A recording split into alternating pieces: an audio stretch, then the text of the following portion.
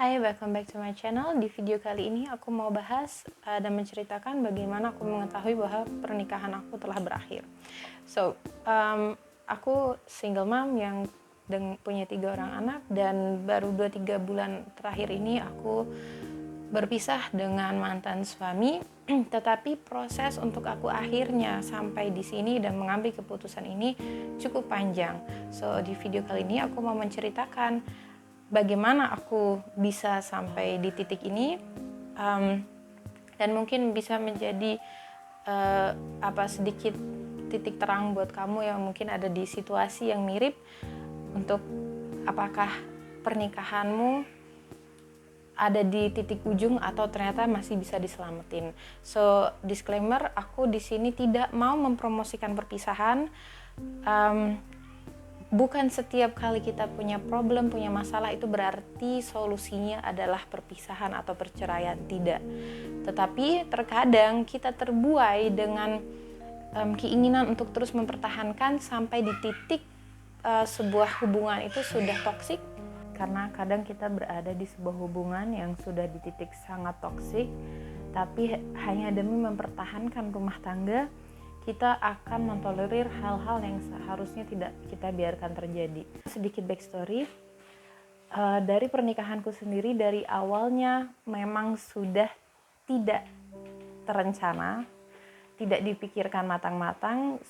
Dari awal memang sudah banyak red flag yang harusnya aku sadari, tetapi aku in denial. Aku berusaha untuk mendinai bahwa ada red flag tersebut, sehingga aku mempertahankan sampai 8 tahun dan sampai memiliki 3 orang anak, untuk menyadari bahwasanya memang tidak bisa gitu. Memang ini sudah toksik, tidak baik untuk kita, dan ini harus diakhiri.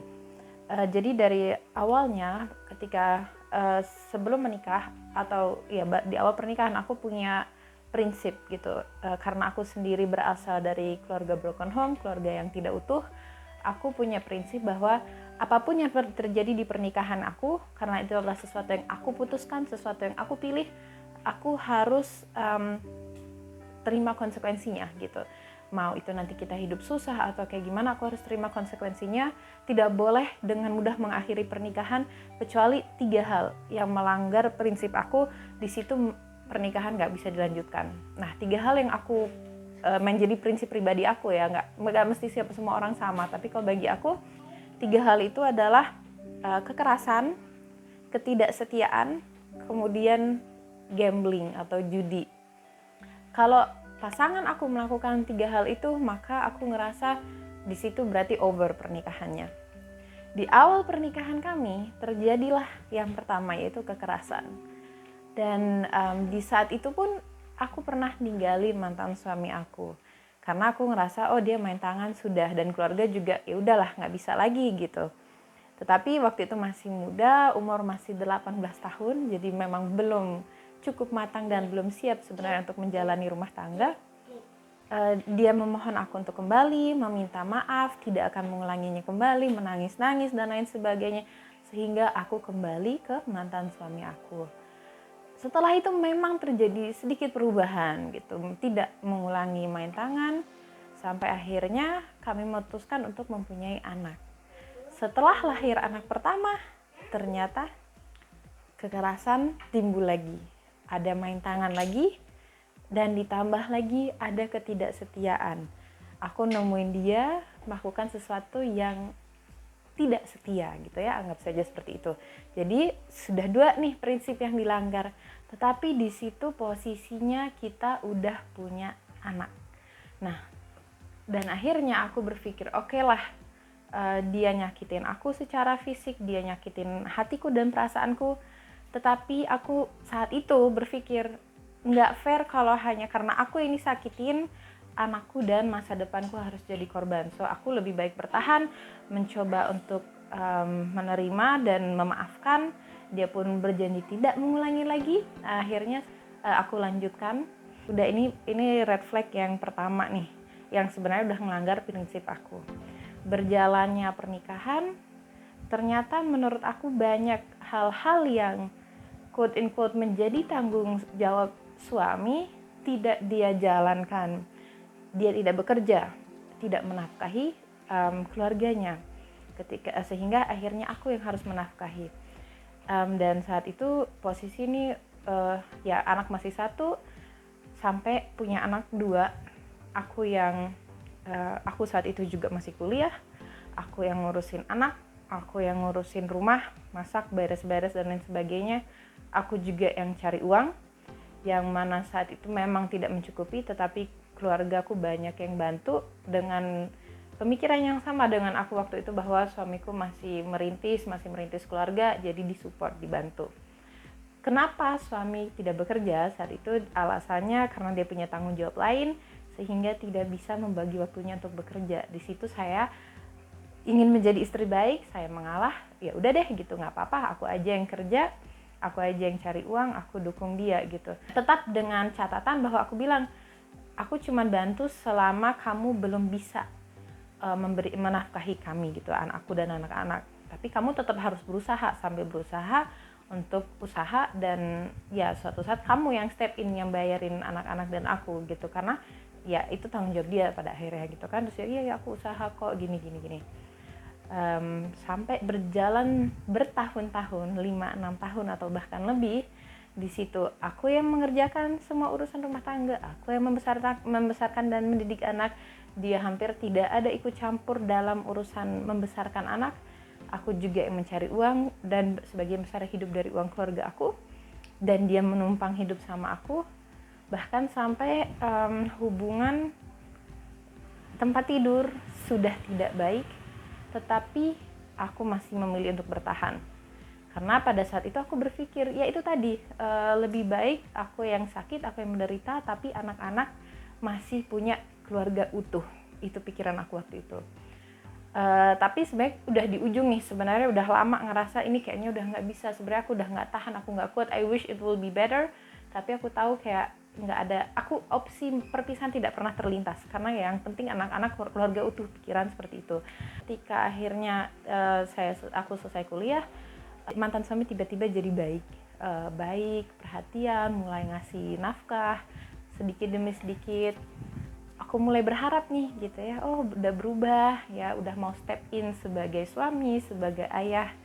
Di situ aku ngerasa confidence, dan memang dia pengen punya banyak anak, sehingga akhirnya diminta yuk punya anak lagi. Itu saat itu udah punya anak 2. Akhirnya ya udah, karena ngeliat dia udah ada perubahan, udah ada harapan nih gitu, aku hamil lagi untuk ketiga kalinya. Ternyata 3 bulan setelah melahirkan anak ketigaku, dia bilang sama aku bahwa dia ingin menikah lagi. Itu kayak petir di siang bolong. Dan saat itu rasanya kayak dunia aku runtuh. Kayak semua harapan yang aku bangun untuk keluarga kita, semua perjuangan aku telah bertahan meskipun aku sakit lahir batin, aku pertahankan karena ada sepercik harapan bahwa suatu saat kita akan bahagia. Tiba-tiba semua harapan itu runtuh begitu saja, kayak wow gitu loh. Perjuangan yang udah aku lakuin untuk mempertahankan di rumah tangga biar tetap utuh, ternyata dibuang sia-sia hanya demi sebuah nafsu untuk ingin menikahi lagi wanita lain, karena pengen punya banyak wanita gitu. Sedangkan seperti aku cerita tadi, dia menjalankan kewajiban sebagai suami untuk 1 istri dan 3 anak saja dia belum sanggup, mau nambah lagi. Itu jadi kayak pukulan berat buat aku untuk akhirnya nyadarin, oke, ini kayaknya udah nggak bisa lagi. Awalnya nggak semudah itu. Aku ngobrol sama ibu aku, sama adik aku, keluarga, teman, banyak ngobrol, minta saran gitu, ini gimana ya. Waktu itu ibu aku bilang, pilihan kamu cuma 2, either kamu menerima di madu atau kamu berpisah gitu. Terus aku kayak, aku nggak mau di madu, tapi aku juga nggak mau berpisah. Ya satu aja pilihannya, nggak bisa dua-duanya. Akhirnya aku pertama bilang, oke, aku bertahan dulu, at least aku udah coba. Ketika anak-anak suatu saat bertanya kenapa, aku udah coba kok, dia maunya seperti itu, aku turutin. Tapi kalau aku menganggap ini adalah tidak baik memperburuk keadaan rumah tangga kita, membuatnya lebih sulit, membuat kita tidak bahagia dan lain sebagainya, aku akan udahin gitu. So aku bilang sama dia, yaudah terserah kamu, yang jelas aku tidak setuju, aku sakit hati kamu lakukan itu, tapi kalau itu yang kamu mau ya lakukan saja. Di saat itu akhirnya aku mulai banyak berpikir gitu, banyak merefleksi kembali pernikahan aku selama 8 tahun itu, kayak apa aja sih gitu loh yang sudah terjadi, apakah ya intinya merefleksi gitu ya. Dan di situ aku nyadarin bahwa sebenarnya ya kayak aku tadi bilang, banyak sekali red flag yang sebenarnya ini udah nggak bisa diselamatin di luar yang aku ceritakan tadi. Ya prinsip kehidupan udah nggak sama. Cara aku ingin membesarkan anak-anak dengan dia berbeda gitu. Tujuan aku hidup atau mimpi yang ingin aku capai dengan dia juga berbeda. So kita memang sebenarnya udah lama pisah jalan, tapi dipaksakan tetap barengan gitu. Kemudian komunikasi, itu sudah bertahun-tahun sebenarnya rusak dan tidak ada lagi gitu. Jadi memang inti menurut saya dan menurut mungkin banyak orang, inti dari sebuah relationship itu adalah communication gitu ya. Dan mantan suami saya itu saat itu tidak mampu berkomunikasi dengan baik. Ketika ada masalah yang saya anggap, oh ini udah nggak bisa nih, atau ini kayaknya ada persoalan, ada masalah, aku angkat, aku bicara sama dia, yang aku udah butuh waktu berhari-hari untuk memikirkan supaya cara bicaraku tidak offend dia, dia merasa tidak terancam, dia merasa bisa menerima. Itu aku pikirkan baik-baik. Setiap kita berbicara nggak ada resultnya gitu, nggak ada solusinya, nggak ada hasilnya. Yang ada dia selalu merasa aku memojokkan dia, padahal itu sama sekali bukan tujuannya. Tujuannya adalah untuk mencari titik tengah, mencari solusi untuk bisa memperbaiki hubungan kita ke depannya. Tetapi nggak pernah terjadi. Dia ngerasa aku memojokkan, dan bahkan sampai di titik ketika dia sudah tidak bisa membela dirinya dengan kata-kata, dia akan menggunakan tangan untuk membela dirinya. Jadi kekerasan itu tetap berlanjut, dan itu sebenarnya di situ udah gagal gitu. Sebenarnya udah nggak ada jalan keluarnya, karena ya kan aku dibilang di awal, ketika ada problem, ada permasalahan, itu bukan berarti akhir dari rumah tangga. Semua masalah itu bisa diatasi selama visi misi dari kedua orang itu masih sama dan bisa berkomunikasi, mencari solusi, mencari jalan tengah. Kayaknya tuh setiap masalah bisa diatasin kok gitu. Tetapi kalau itu udah nggak ada, komunikasinya nggak ada, visi misi kehidupannya udah berbeda, itu nggak bisa gitu ya. Ibaratnya kayak orang jalannya bercabang di satu perahu, yang satu mau ke kiri, satu mau ke kanan. Ketika mereka mengayuh ke arah berlawanan, akhirnya diem aja di satu titik gitu kan, nggak bakal bisa kemana-mana. Nah itulah yang terjadi. Dan apalagi di saat itu semuanya aku yang lakukan kan, dari ngurus anak, ngurus rumah tangga, secara finansial semuanya ada di aku. Itu juga sama, kayak kita berada di sebuah perahu nih, sekeluarga. Anak-anak nggak mungkin mengayuh, aku dan pasangan aku harus yang melakukannya. Tetapi ketika dia hanya diam saja dan aku mengayuh sendiri, kapal itu hanya akan berputar di satu tempat, nggak akan bisa maju. So ya di situ memang sebenarnya udah mentoknya pernikahan kita. Aku setelah merefleksi kembali semua yang terjadi, ya itu ada di titik dia bilang mau nikah lagi. Di situ kayak mataku kebuka lebar, wah ini ternyata udah terjadi begitu lamanya, begitu larutnya, dan aku membiarkannya begitu saja hanya karena takut anak-anak kehilangan keluarga utuh yang pada dasarnya nggak pernah utuh selama itu gitu. Hanya gambarannya yang utuh, tetapi kasih sayang yang harusnya kami ajarkan, ikatan keluarga yang harusnya ada di keluarga itu, kekokohan foundation yang stabil untuk membuat mereka mempunyai fondasi yang kuat untuk tumbuh besar, itu udah lama nggak ada. So ya memang keluarga utuh tuh sebenarnya nggak pernah ada, sampai akhirnya aku nyadarin sampai ada satu event ya, di mana akhirnya salah satu anakku terkena nih tangannya mantan suami aku. Di situ aku mulai kayak tadinya aku bilang meskipun dia main tangan sama aku bisa tahan gitu, aku orang dewasa, aku bisa gitu, yang penting anak-anakku keluarganya utuh. Ketika anakku yang disentuh, ini nggak bisa lagi. Karena gini, ketika seseorang bisa kekerasan, itu tidak ada lagi yang mengikat tangannya.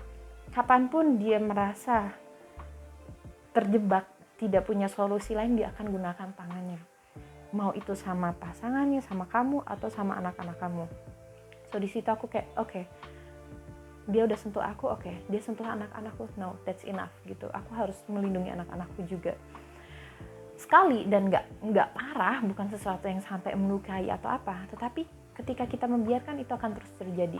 Dan di situ aku juga nyadarin kayak apapun yang dia lakukan di masa lalu, banyak sekali yang aku tidak mau sebutkan semuanya di sini, tetapi banyak sekali kesalahan yang sudah dilakukan dan aku selalu memaafkan, menerima atau membiarkan, membuat dia berpikir, oh gini aja bisa, I can go one step further, dan satu langkah lagi, sampai akhirnya dia berani untuk meminta menikah lagi. Padahal dari awal pernikahan perjanjian kita adalah setia satu sama lain, tidak ada orang lain di dalam pernikahan itu. Tiba-tiba dia berani tuh melangkah ke situ, sampai akhirnya dia berani untuk menikah lagi. Aku tahu kalau aku izinkan ini terjadi, tidak ada batasan, apapun akan berani dia lakukan gitu. Ya udah, di situ akhirnya aku udah memutuskan nih, oke, sampai sini nggak bisa lagi, it's final gitu, udah nggak bisa lagi. Jadi situlah aku tahu bahwa pernikahan ini udah tidak bisa diselamatkan karena satu, ya sudah melanggar banyak prinsip. Kedua, dia tidak melakukan tanggung jawabnya gitu. Kayak kita di dalam satu perahu bersama tapi dia tidak melakukan apapun, itu nggak akan bisa gitu loh. Kayak pernikahan atau relationship tuh harus dua-duanya bekerja sama.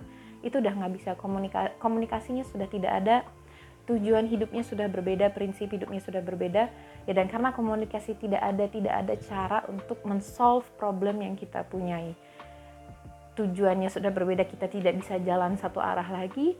Akhirnya ya udah, di sini mentok, final, nggak bisa dilanjutkan lagi. Tetapi dari aku menyadari itu lagi-lagi membutuhkan proses yang lama gitu. Ketika pertama dibilang mau menikah lagi, aku kan seperti aku ceritakan, aku bilang sama ibu aku mau coba dulu, aku mau coba bertahan gitu.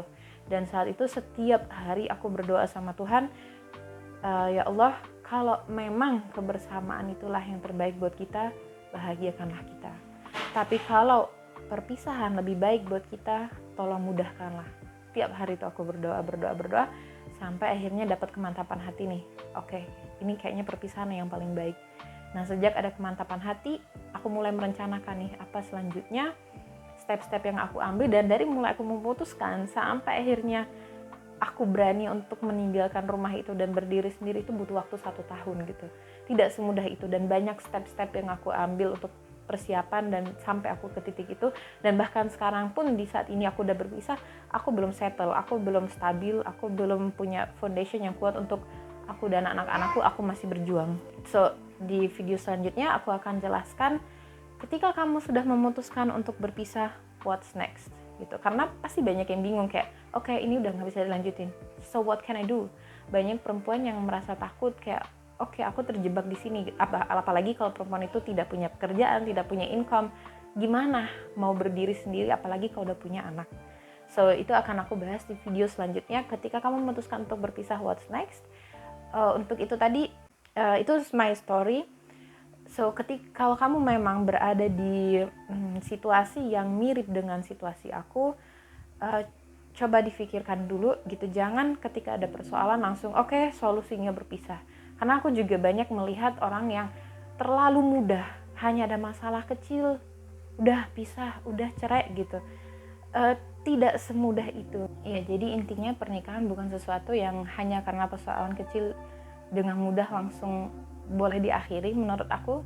Tetapi juga tidak mesti kita harus tahu di mana ada red flag, di mana ada tanda-tanda yang memang itu udah nggak baik gitu loh buat kamu. Kayak aku bertahan 8 tahun sampai aku memutuskan untuk berpisah, sampai akhirnya berpisah tuh 9 tahun dalam pernikahan itu, yang mana sebenarnya sudah banyak sekali tanda yang tadi aku ceritakan yang harusnya bukan seperti itu sebuah pernikahan gitu loh. Dan hanya bertahan karena quote unquote ingin anak-anak punya keluarga yang utuh gitu loh. Harus tahu di mana batasan, oke, ini masih bisa dipertahankan dan diperjuangkan, yang mana kayak oke, ini memang udah nggak ada harapan, ini udah nggak ada solusinya, dan perpisahan mungkin lebih baik buat kamu. Karena aku juga setelah 8 tahun, 9 tahun berada di dalam pernikahan itu, dan sekarang aku berpisah baru 2-3 bulan, aku benar-benar ngerasain kayak relief gitu, kelegaan, kebahagiaan, kebebasan yang selama ini aku nggak pernah dapetin. Bisa jadi diri sendiri, tidak ada yang mengekang, tidak ada yang tidak ada tekanan gitu ya. Intinya itu, hilang tekanan yang seharusnya tidak ada tekanan dalam pernikahan. Seharusnya pernikahan itu saling mensupport, saling mendukung, membuat masing-masing atau pasangan kita menjadi lebih baik, lebih bahagia. Bukannya semakin tertekan dan semakin murung, semakin sedih, semakin depresi.